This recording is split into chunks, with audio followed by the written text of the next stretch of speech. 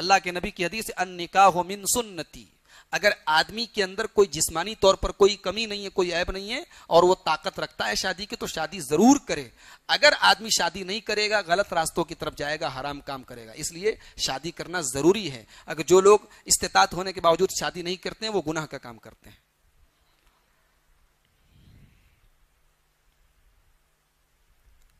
کیا نماز صرف چوٹی میں ہوتی ہے، کھلے بال میں نہیں ہوتا ہے تاکہ بال ظاہر نہیں کیا جا سکتا ہے؟ میرا خیال ہے کہ یہ سوال پوچھا جا رہا ہے کہ کیا بال وغیرہ جو ہے اگر کھلا ہے تو نماز ہو جائے گی کہ نہیں ہو جائے گی. دیکھیے عورت کا مکمل جسم جو ہے وہ زینت ہے، تو جہاں تک ہو سکے اپنے بالوں وغیرہ کو جو ہے دوپٹے وغیرہ سے وہ کور کر لیں. اگر تھوڑا بہت کھلا ہے تو اس سے کوئی انشاءاللہ کوئی حرج کی بات نہیں ہے. اور بال جہاں تک ہو سکے اس کو جو ہے باندھ کے ہی نماز پڑھیں. کھلے میں نماز پڑھنا بہرحال ایک فتنہ ہے، تو اس سے بچنے کی کوشش کریں.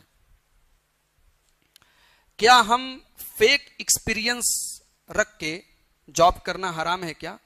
فیک ایکسپیرینس کا مطلب ہوا جعلی سرٹیفکیٹ. اچھا کیا ہم فیک ایکسپیرینس رکھ کے جاب کرنا حرام ہے کیا؟ دیکھیے ظاہر سی بات ہے اسلام میں جھوٹ حرام ہے اور جھوٹ کی ہر شکل حرام ہے. فیک ایکسپیرینس آپ کہیں لگاتے ہیں تو یہ بھی جھوٹ کی ایک شکل ہے. اب کہیں کہیں ایسا ہوتا ہے کہ اگر آپ نے اپنا سرٹیفکیٹ نہیں لگایا تو کسی ایسے آدمی کو وہ جاب دی جا سکتی ہے جو حقیقت میں وہ کام کرنے کا اہل نہیں ہے، صرف پیسے کی رشوت کی بدولت وہ یہ کام کر لے گا. اگر ایسی سچویشن ہے کہ آپ کا حق، ایک حقدار کا حق مارا جا رہا ہے، تو وہاں پہ ایک گنجائش نکل سکتی ہے. ورنہ عام حالات میں جیسے جھوٹ حرام ہے تو جھوٹ کی جتنی شکلیں ہیں وہ حرام ہے. جعلی سرٹیفکیٹ دے کے جاب کرنا بھی وہ ٹھیک نہیں ہے، حرام ہے وہ.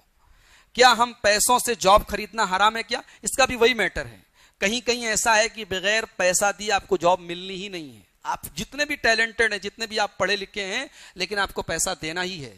تو اب ایسی جگہ ہم چاہتے نہیں کہ ہم رشوت دیں، لیکن ہمیں وہ حلال روزی کمانا ہے، نوکری کرنا ہے، اور ہمارے اندر اللہ تعالیٰ نے اس کی صلاحیت دی ہے. تو ان حالات میں علماء نے کہا ہے کہ بس اس حد تک وہ آدمی وہ اسٹیپ اٹھا سکتا ہے، وہ کام کر سکتا ہے. لیکن اس کو جو ہے ایک معمول بنانا اور اس کو عام کرنا یہ ٹھیک نہیں ہے.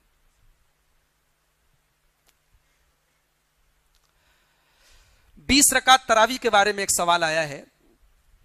دیکھیے تراویح کے سلسلے میں جو اللہ کے رسول صلی اللہ علیہ وسلم کی سنت ہے، حضرت عائشہ کی جو حدیث ہے بخاری کے اندر، اور اس کو حنفی مسلک کے ایک بہت بڑے امام ہیں، امام ابو حنیفہ کے شاگرد امام محمد رحمۃ اللہ علیہ، تو امام محمد نے حدیث کی ایک کتاب لکھی ہے موطا امام محمد. تمام حنفی مدرسوں میں کتاب پڑھائی جاتی ہے.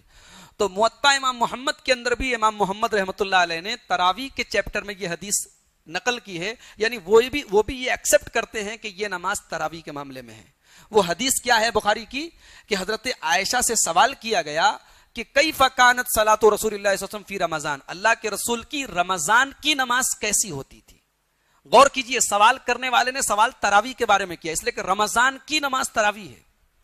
تو حضرت عائشہ نے جواب دیا کہ اللہ کے رسول صلی اللہ علیہ وسلم رمضان ہو یا غیر رمضان ہو، رمضان ہو یا کوئی دوسرا مہینہ ہو، اللہ کے رسول ویتر کے ساتھ 11 رکعت سے زیادہ نہیں پڑھتے تھے، یعنی 8 + 3 ویتر.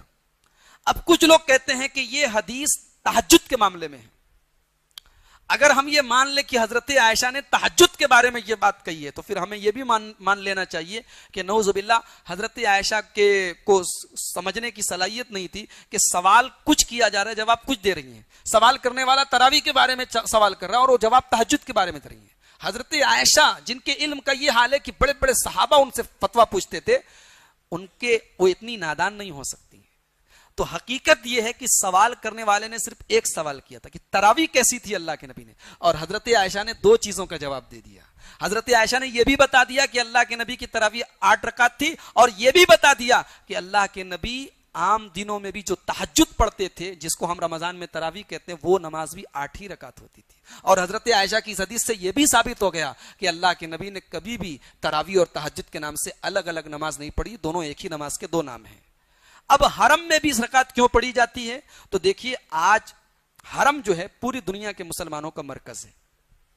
حرم ایسا نہیں کہ کسی ایک مسلک کے لوگوں کا مرکز ہے، پوری دنیا کے مسلمانوں کا مرکز ہے. اب حنفی مسلک کے لوگ 20 رکعت کے قائل ہیں، امام مالک کے ماننے والے 36 رکعت کے قائل ہیں، امام شافعی اور امام احمد ابن حنبل کے ماننے والے 20 رکعت کے قائل ہیں. تو حرم میں 20 رکعت پر عمل اس لیے ہوتا ہے تاکہ کسی قسم کا فتنہ نہ کھڑا ہو. اس لیے کہ اگر 8 ہوگی تو 20 والوں کو اعتراض ہو سکتا ہے، لیکن 20 ہو رہی ہے تو 8 والے پڑھ کے جا بھی سکتے ہیں، ان کو کوئی دقت نہیں ہوگی. تو اس لیے وہاں کی حکومت نے علماء سے مشورہ کرنے کے بعد یہ شکل نکالی ہے. لیکن بہرحال جو سنت ہے، افضل ہے، وہ 8 رکعت ہے. ہم 20 کو غلط اور حرام اور ناجائز نہیں کہتے ہیں، اور ہم یہ بھی نہیں کہتے ہیں ہمارے بھائیوں کی طرح جو ہم 8 پڑھنے والوں کے بارے میں کہتے ہیں کہ یہ نماز کے معاملے میں چور ہیں، سست ہیں، اس لیے یہ 8 پڑھتے ہیں وغیرہ وغیرہ. ہم ایسی زبان استعمال نہیں کرتے. ہم سب کے بارے میں اللہ سے دعا کرتے ہیں اللہ سب کو ہدایت دے. میرے بھائیوں، ہم 8 اس لیے پڑھتے ہیں کیونکہ ہمارے نبی نے 8 پڑھی ہے، اور یہ بات بڑے بڑے حنفی علماء نے بھی مانی ہے. اور 20 رکعت اگر کوئی پڑھتا ہے ٹھیک ہے، ہمیں کوئی اعتراض نہیں، ہم 8 کو بہتر اور افضل قرار دیتے ہیں. ایک سوال آیا ہے کہ ہیرا گولڈ میں پیسہ لگانا کیسا ہے؟ دیکھیے، ہماری جماعت کا ایک بہت بڑا ادارہ ہے مالیگاؤں کے اندر، جامعہ محمدیہ منصورہ. وہاں کے علماء نے اس مسئلے پر ڈسکشن کیا ہے، اور ڈسکشن کرنے کے بعد یہ نتیجہ نکلا ہے کہ ہیرا گولڈ میں پیسہ لگانے میں کوئی حرج کی بات نہیں ہے. اس لیے کہ شریعت میں مزاربت ایک شکل ہوتی ہے کہ ہم پیسہ لگائیں اور دوسرا کوئی محنت کرے، اور ایک اماؤنٹ طے ہو جائے کہ جتنا منافع ہوگا اس کا اتنا پرسنٹ آپ ہمیں دیں گے. تو ایسی شکل جائز ہے. اب ہیرا گولڈ میں پیسہ آپ شرعی اعتبار سے تو لگا سکتے ہیں، باقی دنیاوی اعتبار سے کتنا پیسہ آپ کا سیف ہے یہ آپ خود سمجھیے. ہیرا گولڈ کی گارنٹی کوئی عالم نہیں لے سکتا. ایک عالم آپ کو یہ بتا سکتا ہے کہ اگر کوئی کمپنی یہ دعویٰ کرتی ہے کہ ہم حلال چیزوں میں پیسہ لگا رہے ہیں اور ہماری یہ شکل ہے شرعی اعتبار سے، تو علماء نے یہ فتویٰ دیا کہ آپ پیسہ لگا سکتے ہیں. باقی دنیاوی اعتبار سے کتنی ٹرسٹیبل ہے یہ کمپنی، کتنی بھروسے مند ہے، یہ آپ خود غور کر لیں اور اس پر سمجھ لیں. بس ہو گیا یہ سوال.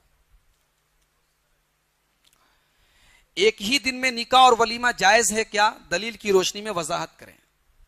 دیکھیے، بہت سارے لوگ یہ سمجھتے ہیں ولیمہ کے سلسلے میں کہ شوہر اور بیوی کے ملنے کے بعد ہی ولیمہ ہو سکتا ہے. ایسا نہیں ہے.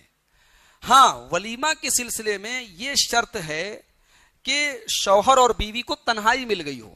تنہائی میں اگر انہوں نے 2 منٹ کے لیے ایک دوسرے کو دیکھ بھی لیا تو بھی ولیمہ ہو سکتا ہے، چاہے وہ فزیکل ریلیشن شپ قائم نہ ہوئی ہو، دونوں نہ ملاقات کی ہو، تو بھی ولیمہ ہو سکتا ہے. تو ایک ہی دن میں اگر ایسا ہو جائے تو بھی ولیمہ ہو سکتا ہے. ایسی کوئی شرط نہیں ہے کہ 1 دن کے بعد کیا جائے، 10 دن کے بعد کیا جائے، ایسی کوئی شرط نہیں ہے. دوسری جماعت کا کیا حکم ہے؟ دوسری جماعت پر میں ڈیٹیل سے جواب دے چکا ہوں کہ دوسری جماعت کی 3 شکلیں ہوتی ہیں. ایک شکل جو جائز ہے وہ یہ ہے کہ آدمی اپنی سستی کی وجہ سے نہیں بلکہ کسی مجبوری کی وجہ سے اس کی نماز چھوٹ گئی اور 2-4 لوگ بعد میں پہنچے تو وہ لوگ جماعت بنا سکتے ہیں، لیکن اس کو ریگولر عادت بنا لینا اور سستی کی وجہ سے ایسا کرنا یہ ٹھیک نہیں ہے. ایسے رشتہ دار جو تعویذ وغیرہ کو مانتے ہوں اور درگاہ بھی جاتے ہوں، ان کی جنازے کی نماز میں شرکت کرنا کیسا ہے؟ دیکھیے، جنازے کی نماز مغفرت کی دعا ہے. جنازے کی نماز میں ہم کیا پڑھتے ہیں؟ مغفرت کی دعا کرتے ہیں. اللہم اغفر لحینا و میتنا و شاہدینا و غائبنا. پوری جنازے کی نماز مغفرت کی دعا ہے. اور قرآن یہ کہتا ہے کہ مشرک کے لیے ہم مغفرت کی دعا نہیں کر سکتے. تو جو مشرک ہے قرآن اور حدیث کے دائرے کے حساب سے، قرآن اور حدیث کے اعتبار سے جو مشرک ہے، میں کسی مسلک کا نام نہیں لوں گا اور نہ میں کسی خاص آدمی کا نام لوں گا. اگر کسی پراپر کسی آدمی کے بارے میں آپ جانتے ہیں کہ یہ شرک کرتا تھا اور بغیر شرک سے توبہ کیے بغیر وہ دنیا سے چلا گیا ہے، تو اس کی جنازے میں آپ شرکت مت کیجیے، اس لیے کہ اللہ تعالیٰ نے قرآن میں مشرک کے لیے مغفرت کی دعا کرنے سے منع کیا ہے. کیا شرکت نہ کرنے سے رشتہ داری کو توڑنے کا گناہ ہوگا؟ دیکھیے، رشتہ داری کو توڑنا یقیناً گناہ ہے، لیکن جہاں شریعت پر عمل کرنے کے لیے کوئی ایسا اسٹیپ لینا پڑے تو اس میں کوئی حرج کی بات نہیں ہے. جیسے ماں باپ کی خدمت کرنا بہت ضروری کام ہے، لیکن ماں باپ اگر شریعت کے خلاف کوئی بات کہیں تو ہمیں نہیں ماننا ہے. کسی مسلمان کی وفات کی خبر سن کر انا للہ و انا الیہ راجعون پڑھا جاتا ہے، غیر مسلم کی وفات کی خبر سن کر کیا کہنا چاہیے؟ دیکھیے، اس سلسلے میں قرآن و حدیث میں کوئی واضح دلیل نہیں ہے کہ غیر مسلموں کے انتقال کی خبر سن کے کیا پڑھنا چاہیے. ایسی کوئی دلیل نہیں ہے، تو آپ خاموش رہیں. آپ افسوس کا اظہار کر سکتے ہیں، لیکن انا للہ و انا الیہ راجعون بہرحال مسلمان کے ہی وفات پر پڑھنا چاہیے.